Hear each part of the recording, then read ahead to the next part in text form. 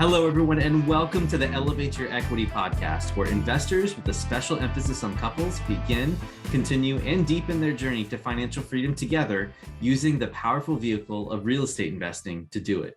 Today, we've got a very special couple on the show. We've got Jason and Sara Ricks. Hi, guys. How are you?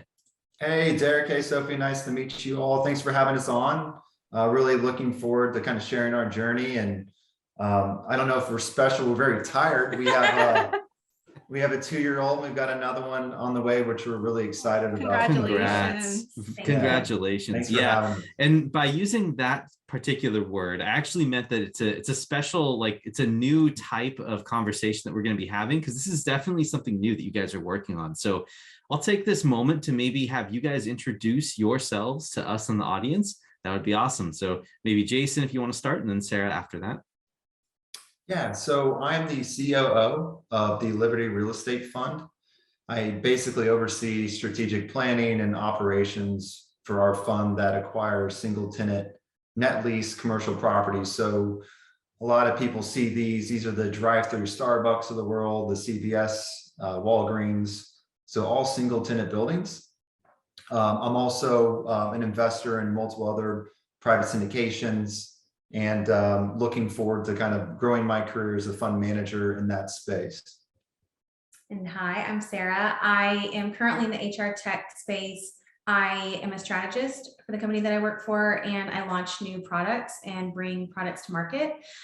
Previously, I founded my own company, which was corporate styling, and I have a background in retail in my degree in that. So I invest with Jason, give him 2 cents on the triple net properties that he's doing. And it's something that I thoroughly enjoy. So it's been a fun ride. And Sara also does a lot of marketing and kind of helps me with strategic onboarding for our funds, which is something I'm terrible with and don't really have the patience for. I think, each one of us has a different skill set, but this is what she does for a living with, Fortune 500 companies. So I just kind of take that and abuse her labor, essentially. Yeah. And I recently started helping with that, and I honestly love it because it's creative, and I love that I'm helping him with his company as well. Yeah.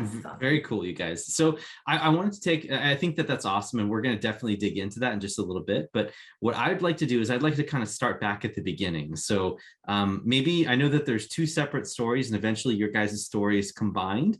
But what I'd like to do is talk about, whoever wants to talk first, about where your guys' spark for entrepreneurship came from. Has it been with you the whole time, or did you make an aha moment, or where did that come from? Oh, interesting. Do you want to start? Sure. Yeah, I can start. So my dad is an entrepreneur, has been almost my whole life. He had a landscaping business. He was in car sales. He built homes. He built out neighborhoods. And so I think just growing up, I was always on his side, just asking him questions, wanting to learn more about it, learn more about real estate.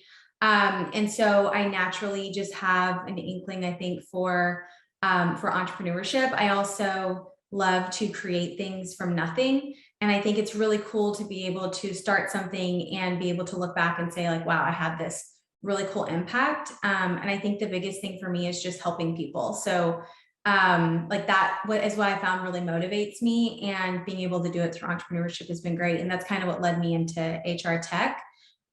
Because I learned how to do my own marketing, my own social media. I learned how to create my own website. I had to do all of my own pricing. And when I went to figure out what I wanted to do next, I really wanted to do something that helps people, but to be able to also have the entrepreneurial spirit. So I'm lucky that I was able to kind of combine the 2. Very cool. And Jason, how about you? Mine's a little unique. So I kind of break this down into like 2 pieces. First part of my life, up till probably about 21, my goal was to be a professional athlete. And a big part about being a professional athlete, in a weird way, you kind of are an entrepreneur. You just don't know it, right? Your body's kind of everything, your health, really you're kind of on your own to kind of build up and to get to that place where you could be recognized to go into the NFL draft, et cetera. So when I left that world behind, wasn't able to kind of make it to that next level. I was kind of put into a position who am I in this space? Where do I want to go? Where do I want to place my energy and my effort? I wasn't really bit with the bug in probably 8 years into my professional career. And it kind of morphed over time, but I think the seeds were planted when I was a young child, just growing up in my household, extremely blessed. But I saw what working a W-2 job can do to you and your family, and the stress that I kind of grew up under. I didn't want to share that same burden for my family. And so, and ultimately it ties back to what Sarah said. I wanted to kind of use all the tools that I have acquired over the years in my profession to help other people and to leverage that knowledge to help others. So really for the past, I'd say 8 years, I've been planning and developing and making a lot of mistakes along the way, but kind of learning what works and what doesn't work, and the whole meanwhile making investments. Fantastic, you guys. So it sounds like you both have kind of grew up with entrepreneurial slants, or at least have had some sort of exposure to it. Now, when you guys ended up like getting married and started working together, at least within a household or from that context, how did that work together? Did you guys have similar ideas, or was one person wanting the stability? Just kind of talk us through like where you guys were when you first started together.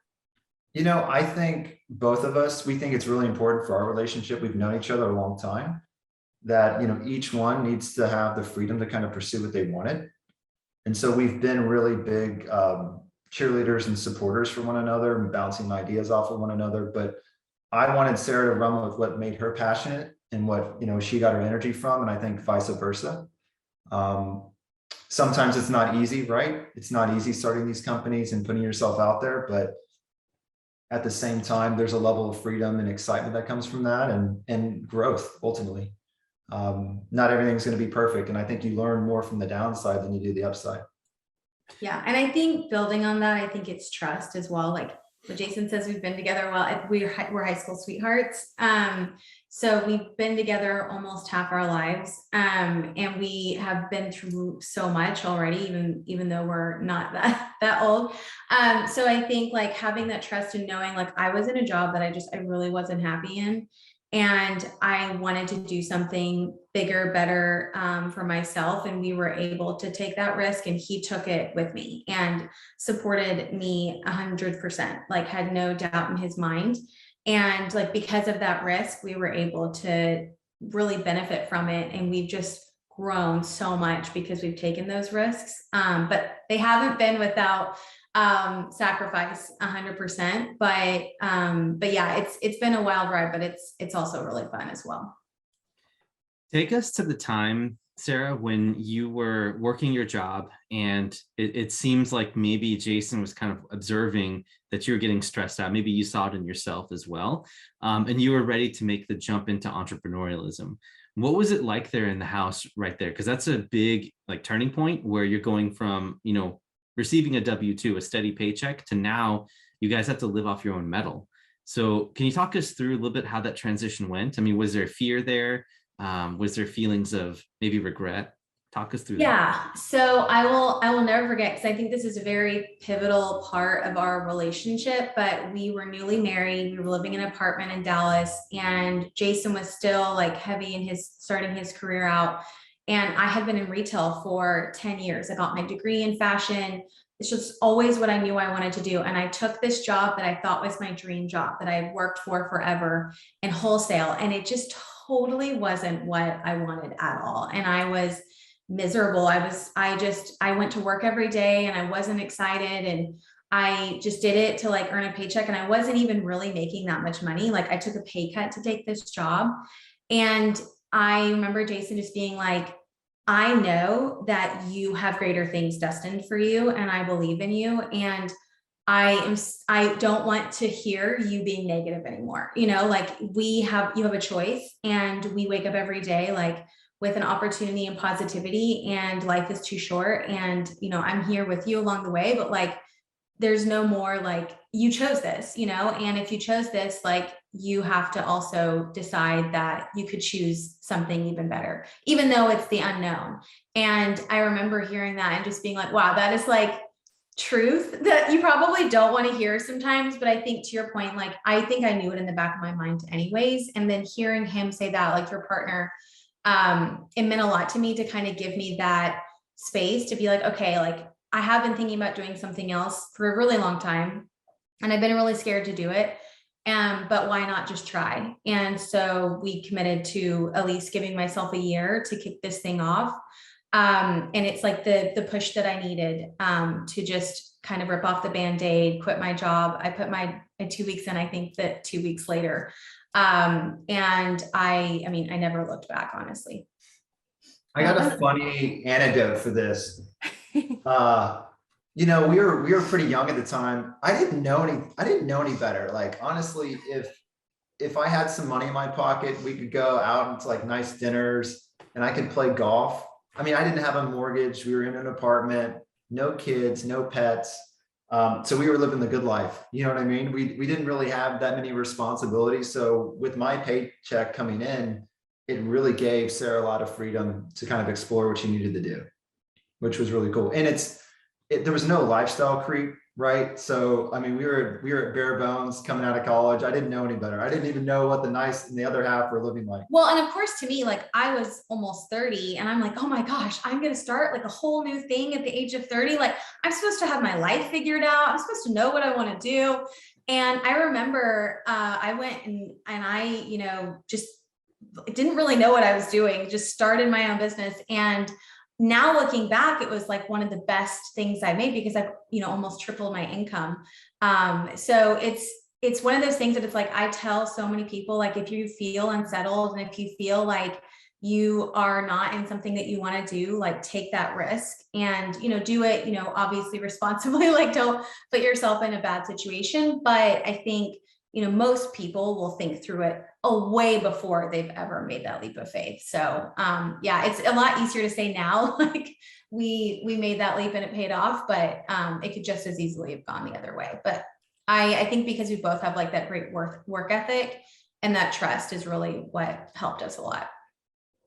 Yeah, such great insight, guys. And, you know, I have to highlight the fact that you guys are still like at that time so young. And I love the fact that, you know, Jason lovingly called you out, but then also gave you the space. So there was like this beautiful balance happening at that time. And then Jason, you spoke earlier about leveraging Sara's skills. And so can you guys talk more about how you leverage each other's skills currently in both what you guys both do now? Oh, that's a great question. We both have different skill sets, but we both come from like a loving place. So we're really truly a team, or at least I like to think of us that way, especially during the good times. Now there are tough times when you have kids, but mostly we're in good times. Sometimes he's the weaker link, but that's right, for sure. Totally understood. Yeah. I think I have like a level of discipline and more of a big picture focus where I can kind of mentally model, you know, larger pieces and look into the future, probably a little bit sharper than Sara can. However, attention to details that always add up is really where Sara's really strong. You know, I could tell you a lot of interesting things about real estate and calculation and you know, complicated measures in real estate. But if you ask me to like pick an insurance out for me and my family or like other aspects, I would be completely lost. Like not just like a little lost, but I mean, all the way ground zero. And so, you know, I really rely on Sara to kind of help fill in a lot of the details that are extremely important. But ones that are, you know, that are vital for us to kind of continue to move forward. Yeah, we have a kind of big goal that we want by the end of the year. We don't budget month to month, we budget by the year and by the 5 year and beyond. Like Jason really takes that on. And then I'll be like the savings person and the coupon person that will like go on the back end and be like, oh my gosh, I saved us $40 here. I sold this piece. It was $300. So I'm going to apply that towards this. And I love getting in the nitty gritty. My operations background just goes crazy when I get to like go in and solve solutions. And so an example of this is like whenever he started his fund, they were having leads coming in, and he was like, I don't know where they're going. And like, I know we have people that are interested, but like, I just don't know. It's got to be this black hole somewhere. And so I just went into like every single little thing. And I looked at like their onboarding. I looked at where their clients were getting stuck, or their potential clients were getting stuck. I helped like with a consistent social media campaign, which they hadn't had that prior. And we were able to uncover there were a lot of interested people that just weren't getting to like the right place. And so once we started directing them towards the right place, and we had a system where people were following up, then it was just like, wow, we have so many leads that like we don't even know what to do with. So that felt really good to be able to like come in and help with that, and use my experience from my past to help with converting some of those leads. That's so great. It sounds like there's like both integrator visionary in both you guys, and they kind of come out at the right times. Oh yeah. If somebody asks me like, what's your 5 and 10 years goals? I'm like, I have literally not. But I'm like, what's next week? What's next month? What's, in a few months, like I can nail that down. But like, it really is a good balance of like the two personalities for sure. And you said you have a 2-year-old right now. When was all this happening prior to your first baby, or kind of? So me starting my own business was prior to starting a family. Jason has started his fund like now that we have Callum.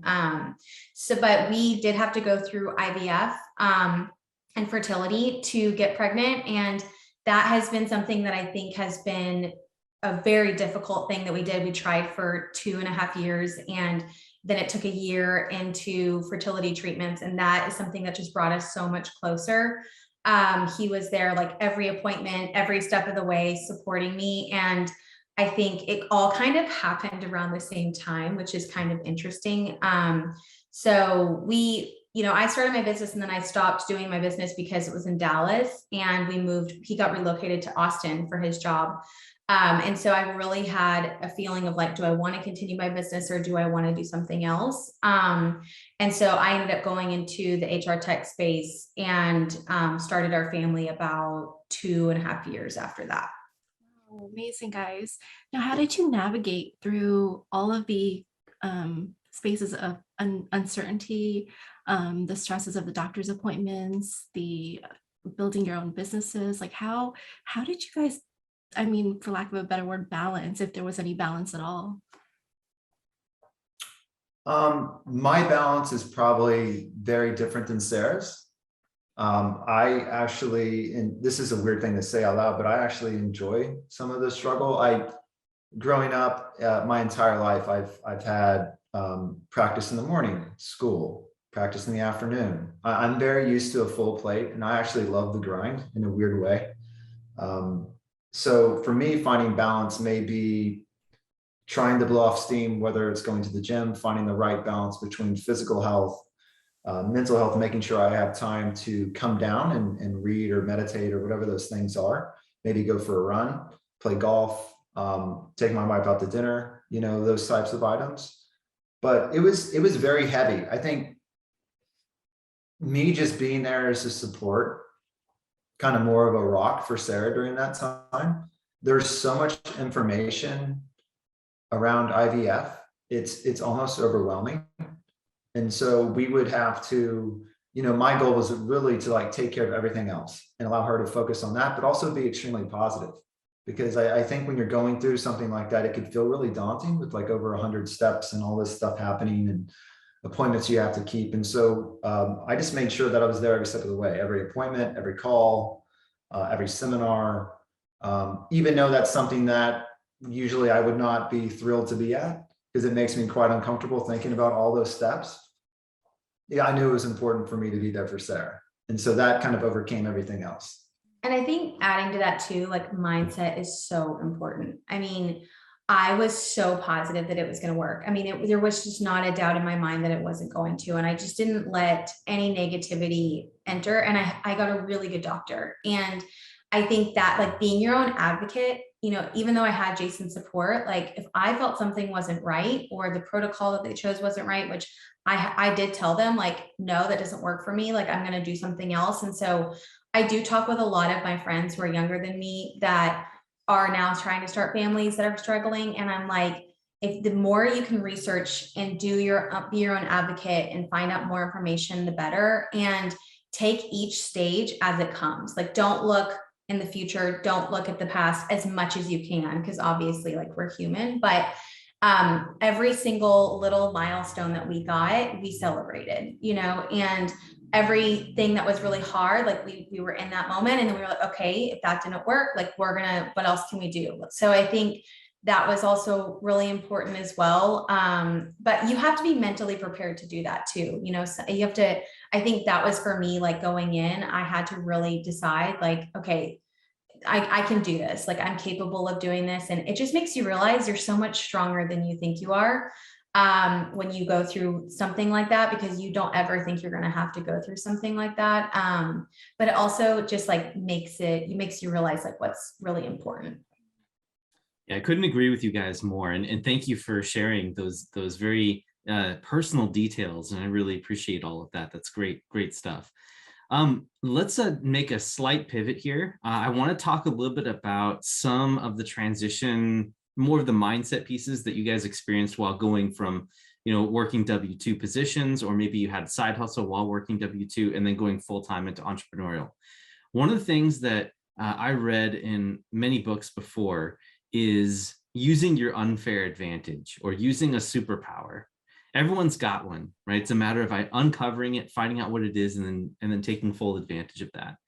So you guys listed a few superpowers in the pre-production submission form here on this on the podcast. And for Jason, yours was mental discipline, and Sarah, yours was focus and chaos and details at the same time, which doesn't seem to go together. But I'd like to talk a little bit more about some of those skills that you guys picked up and how they're being used today in your businesses. Yeah, for me, you know, it's like cliche, but you got to put in the work, and I'm just not afraid to put in the work. I actually enjoy the challenge. I'm a fairly competitive person. And when I get lasered in and focused on something that I want, it's really hard to take it away from my mind. It's always front and center, almost like to an unhealthy amount at certain points. So, you know, if it takes me working X amount of hours or me doing X amount of calls, and I can figure out a formula around it, it's almost like my personal budget, right? It's almost the same way. If I know I can make X and save X, and invested in different vehicles at these percentages, I know over compounding, it will be roughly, you know, in the neighborhood of this total number. And so once I can find kind of a formula, so to speak, I can just continue to hammer at that formula. Doesn't matter what time of day it is, and just keep going. And I think that puts me in a bit of a unique situation that for someone who actually likes some of the pain. And so I try to just exploit that when I can, when I'm really energized by it. But I will add to that. When something does go well and he didn't have to work that hard, he's like, he doesn't like weight it the same. It's so funny. And I'm like, no, this is amazing. You need to like celebrate it, you know? And he was like, on to the next thing. So I try to come in sometimes and make sure that he also has retrospect and celebrates those big wins and small wins, because he's just always like gonna grind no matter what. And I'm like the one that like stops and celebrates everything. Oh, that's so good. That's really we're kind of chuckling like, because it feels like we're looking into a mirror, because we're the exact same.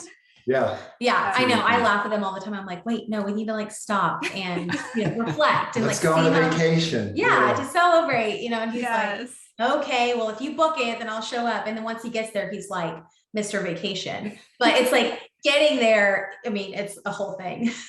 So let me ask you, Sarah, the part of the question I asked for you regarding your superpower of focusing in chaos and in details, are those together at the same time? Like, do you thrive in like this chaotic world of trying to pull together order and building a detailed system, or talk a little bit about your superpower as well? Hey, Derek. So I did this before actually consulting with her. So I was like, what did you some put? of that is me like CYA, right?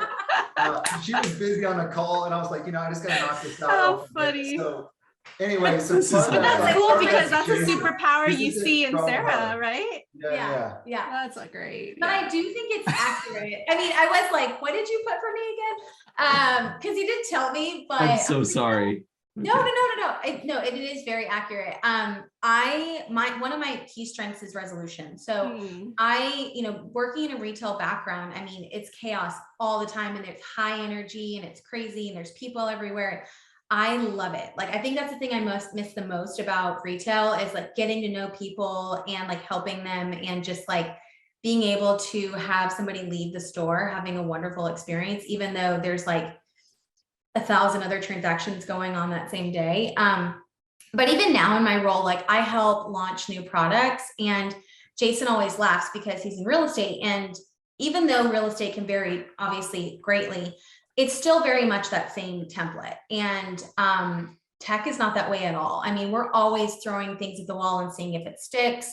We're putting money into things that sometimes it doesn't pay off. I mean, I was on a product for 2.5 years that they ended up having to close down, and then I was looking for a job during the pandemic, so it's definitely a wild ride, but honestly I love it. Like I love being able to see something like with the bigger picture vision and being tied into that strategy, but then also being able to say, okay, well then how do we get there, and like what do we need to do to get there? And that's something that I love to do. And then being able to see that process work. Just like you were saying, Derek, like I love to just get into like the details and figure out like, how do we charge somebody? And do we need to create a legal entity if we're going to be creating like a new product and things like that? How do we want to package it as far as like pricing for like subscription versus pay per, X, Y, and Z. So I do think that is definitely accurate of like my superpower. Well, I gotta cut her off real fast. So let's get to the foundation of why she is this way. Well, yeah. It's her family. Yeah. Okay. Sarah's the only sane one of the group. And I love them. I love them tremendously. But Sarah's role was to organize the chaos. And she was really sent there to kind of be the mediator to kind of keep the family gel together. Yeah. And so it kind of goes back to that core idea of like she's the one who likes to meld it all and keep it kind of going in the right direction. Sometimes that's psychology, sometimes that's organizing the details, but that's where that strength comes from. A lot of experience growing up. Yeah, that's true.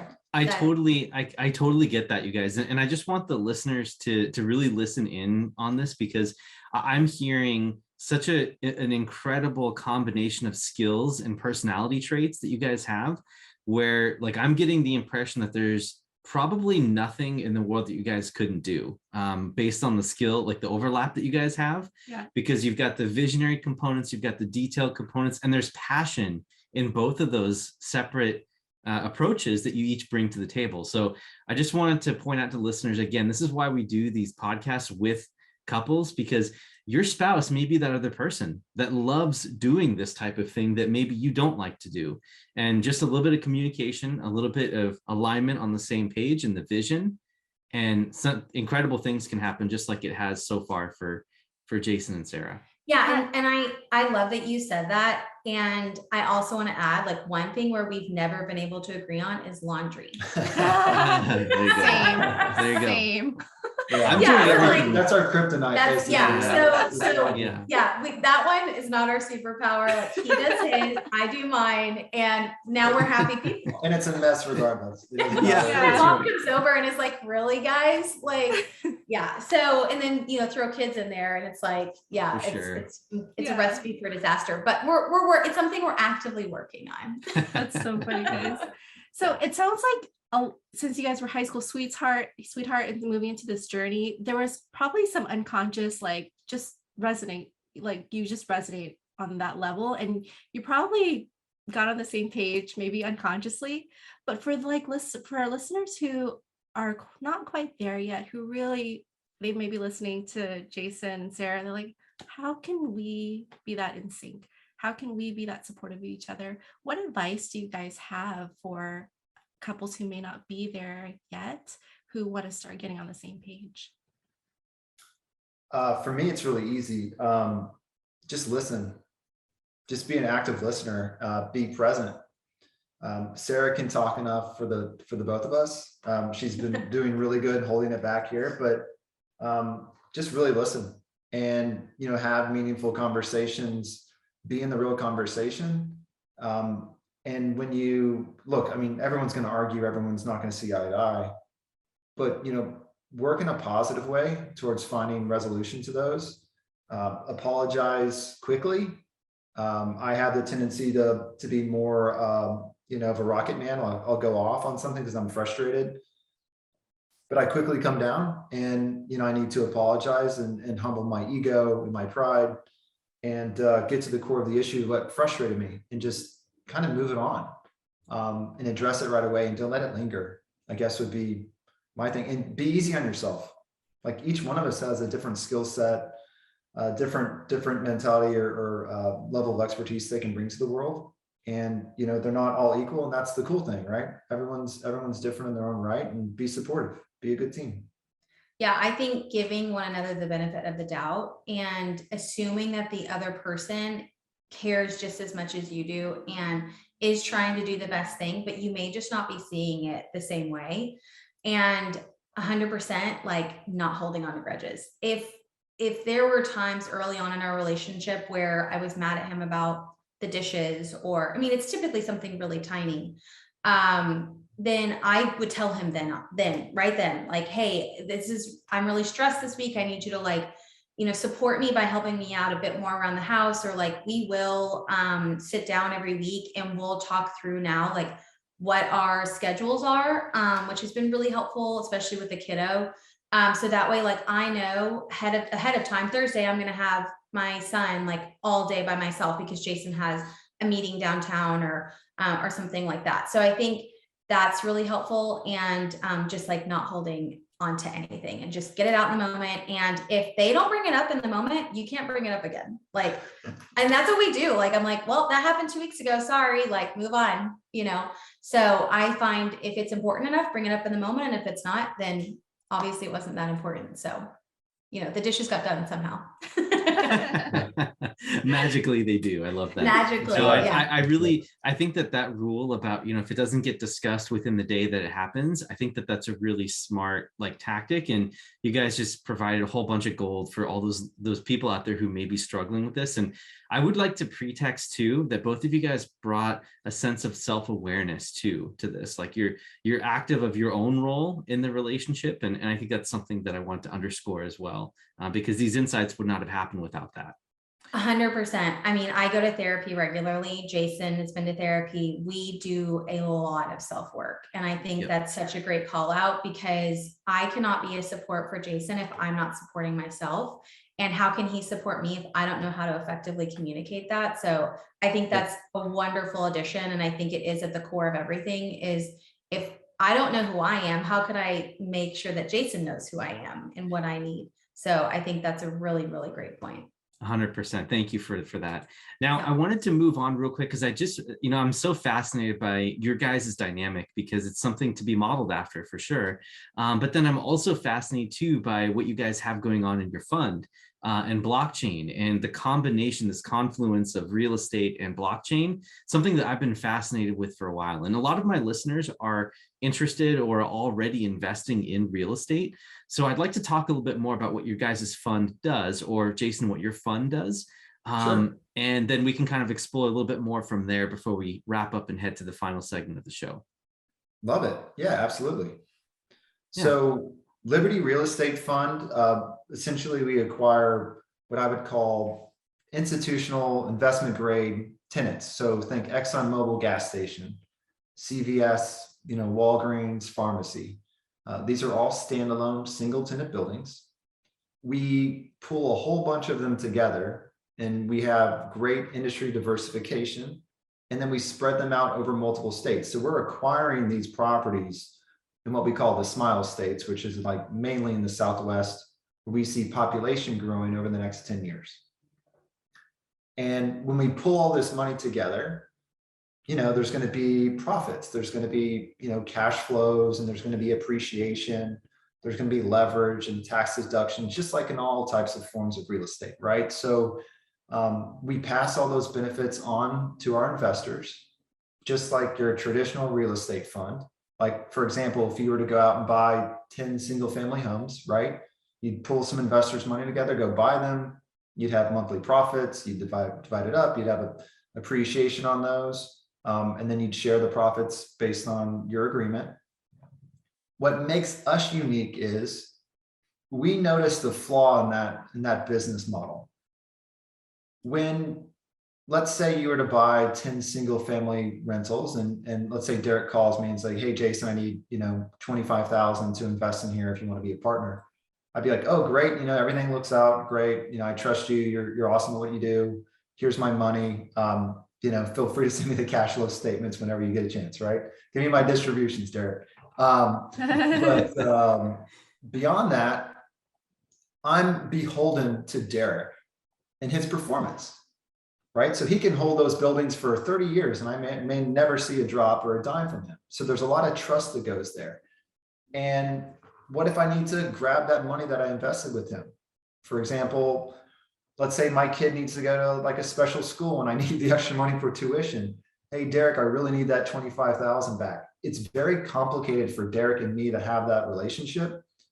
And so with our fund, we allow basically all of our investors to come on at their option. If they decide and choose to do this, they can opt into the new technology that we're offering, which enables people to trade a portion or all of their investment on a secondary exchange, or they can essentially select their distributions, which mostly are cash flow distributions in US dollars, Ethereum, or a stablecoin. And it's a really simple way to, hey, look, if you're interested in this technology component, great. If you're not, that's okay too. You can hold it just like any other private syndication. And if you want to opt into it 10 years from now, 5 years from now, you can. So, and then Derek, once you're in that space, what I call the DeFi space, it opens up all kinds of possibilities. Probably too many to kind of get into in this podcast, but for the people that are really interested in that space, having that, what we call a security token aspect of this, which is just a digital asset, you can take leverage on it. There's a whole bunch of fun things that you can use, and that most private investors don't get with traditional real estate. So we see that as the number one flaw, and we wanted to fix it.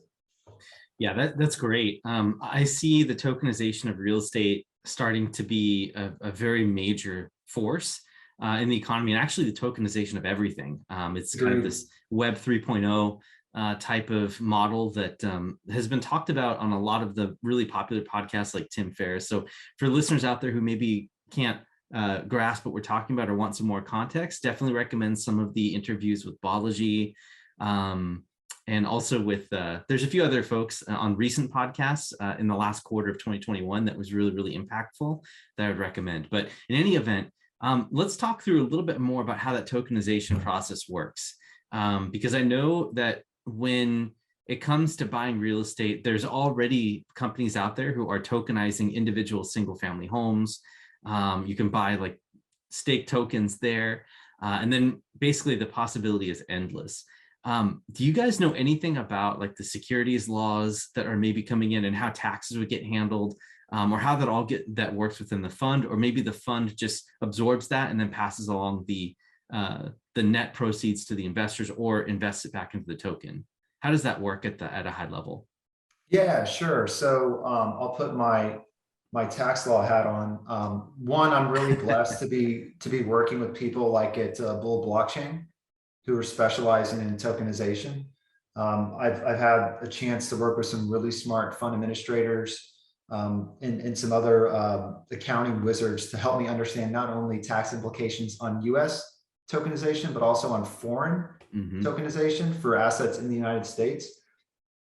From the investor standpoint, though, we keep it really easy. You're going to get a K-1 statement just like you would in any other private syndication. All of the behind the scenes regulations are really going to be handled with our legal consultant. and, be made at a high level. So operationally, yes, there will be some interesting nuance on regulation over the coming years. Honestly, I'm kind of looking forward to some, because I think it will legitimize it and get more people off the sidelines into the blockchain space, which is just the digital ledger, folks. That's all it is. Yeah. Right. I mean, I tell people this all the time. The lingo is where people get caught up. The blockchain's just a nice digital ledger to keep everything nice and organized. And it's basically third-party verified, and it's incredibly difficult to come in once it's encrypted and to corrode any of that system. So that's what's so amazing about it. And essentially we can harness that technology to transfer ownership, which is so cool, right? Because I mean, I can do a whole bunch of unique things, but think about unlocking equity in your investments or your home freely, easily, without dealing with title insurance. I was just listening to a podcast today about how funny title insurance is going to be with blockchain. It's just going to disrupt the whole thing.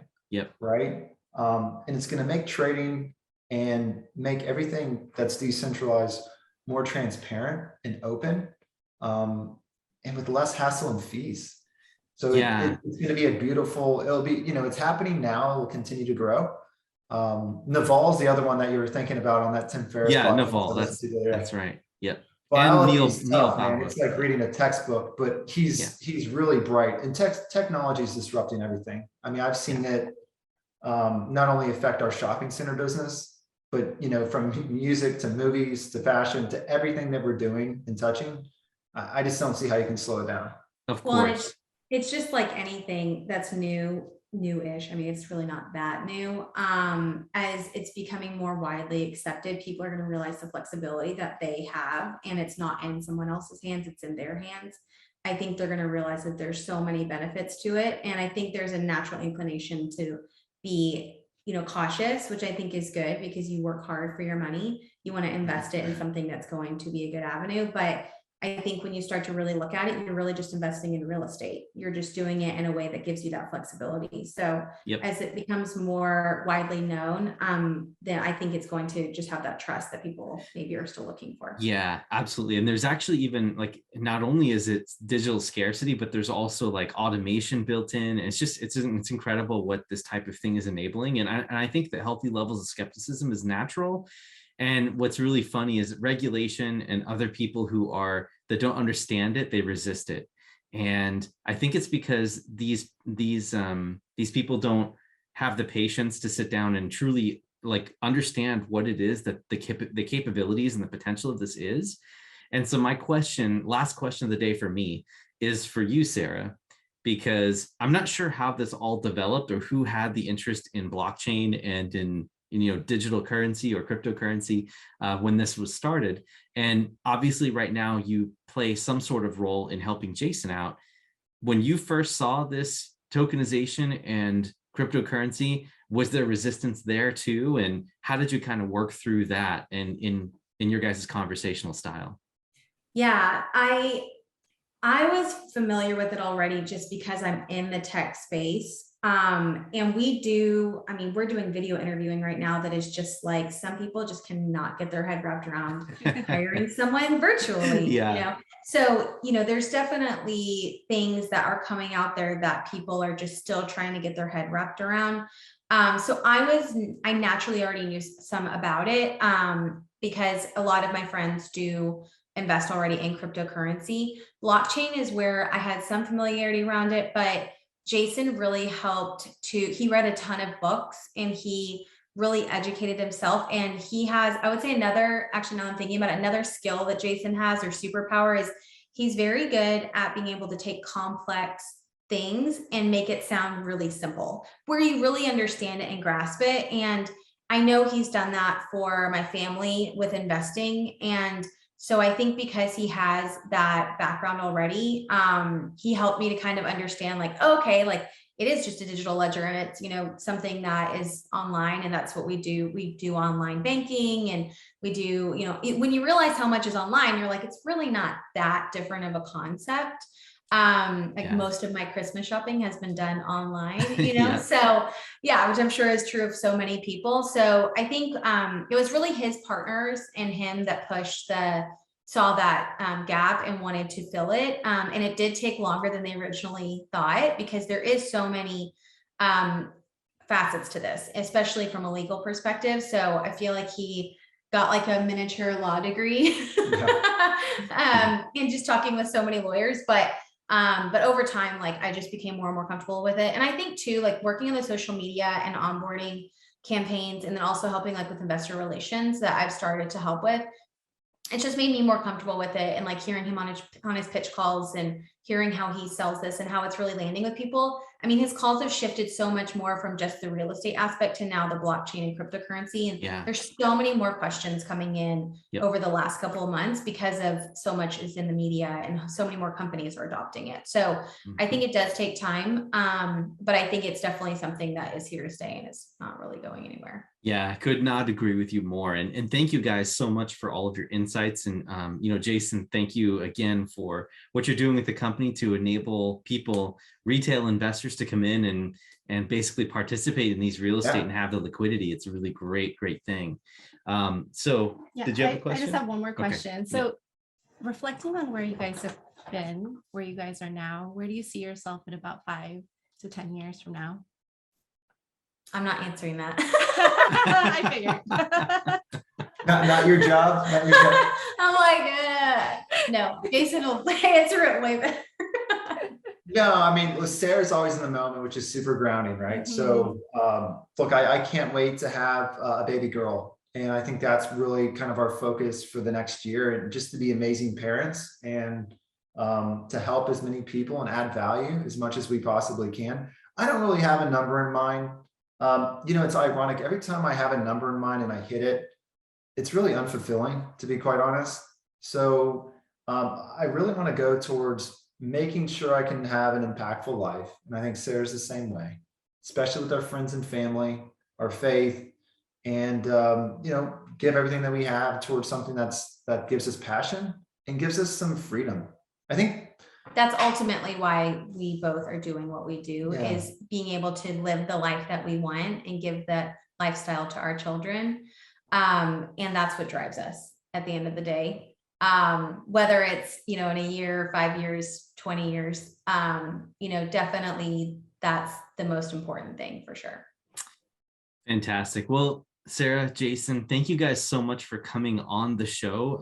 But we're going to actually go into our last segment, which is called the rapid round right now. It's 5 questions that we ask all of our guests, and they're meant to be about 30 seconds a piece for each one. And sometimes they are split apart so that each one of you, the question is asked to each one of you individually. So maybe we'll alternate. Do you want to read the first one and then?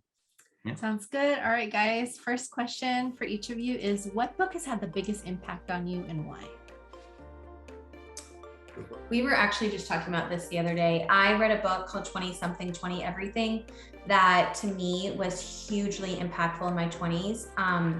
I think when you're in your 20s, a lot of times you think that you need to have everything figured out, and it just gave you the lane to not, and to self-explore and have the confidence that like it's going to work out as long as you have a great mindset and passion for what you're doing.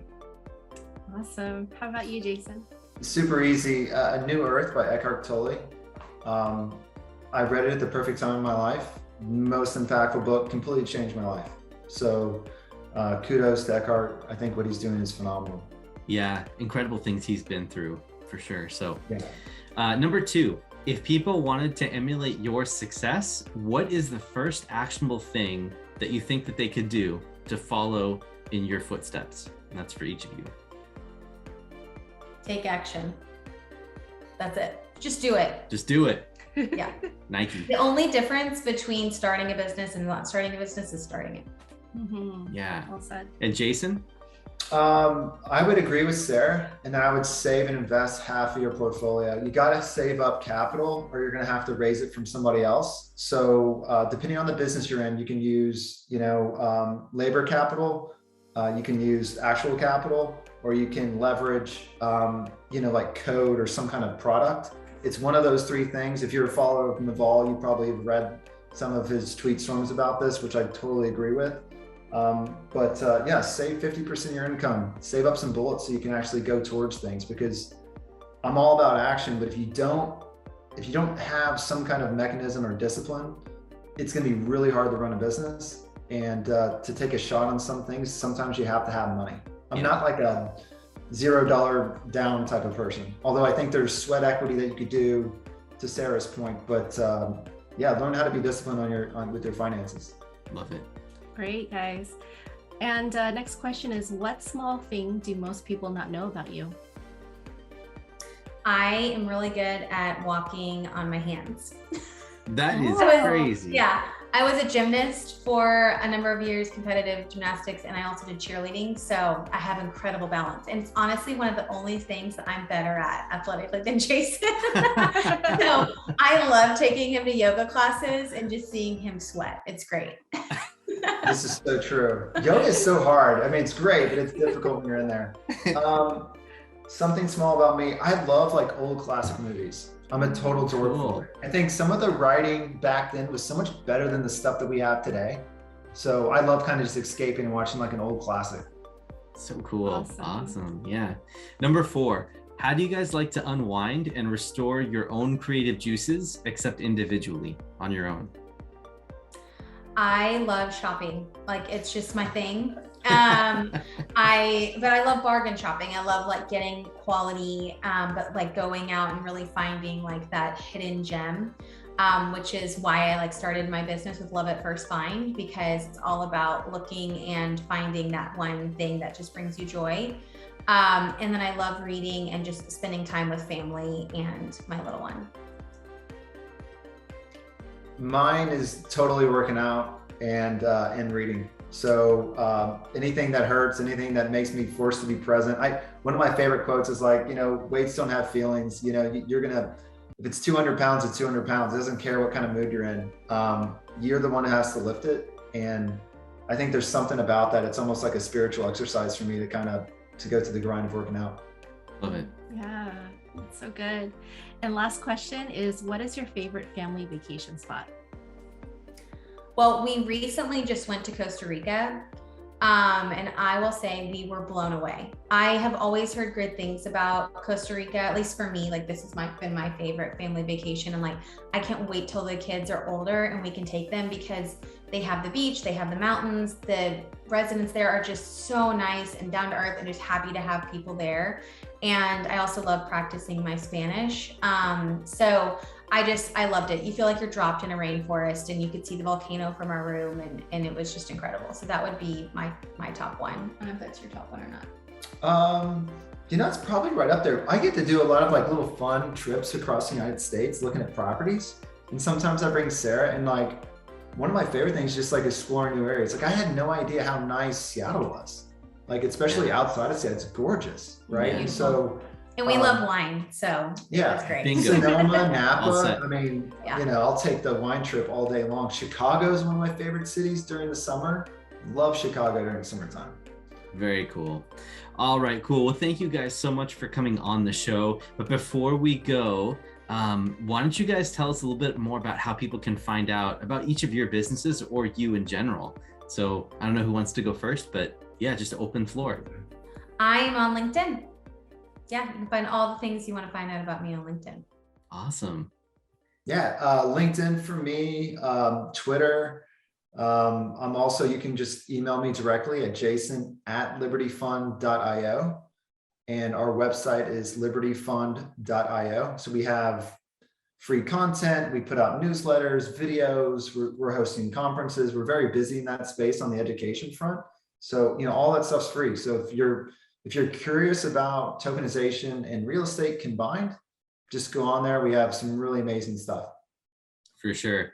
All right. Well, thank you guys again for coming on the show. It was an honor to have you both on here. Thank you so much. Thank you so much for having us. Thanks, this Sophie. was great. Appreciate it. Absolutely. And for the listeners out there who have made it all the way to the end of the show, we really, really appreciate you guys. And if you enjoy this content and want to hear more of it, please like, review, rate, subscribe, do whatever it is that you can to interact with us so that we can get in front of more people and appease those algorithm gods so we get exposure to more and more listeners, and then also deliver more fantastic content like Sara and Jason have delivered on today for sure. So this is Derek. And this is Sophie. We're signing off for the day. Thanks, guys.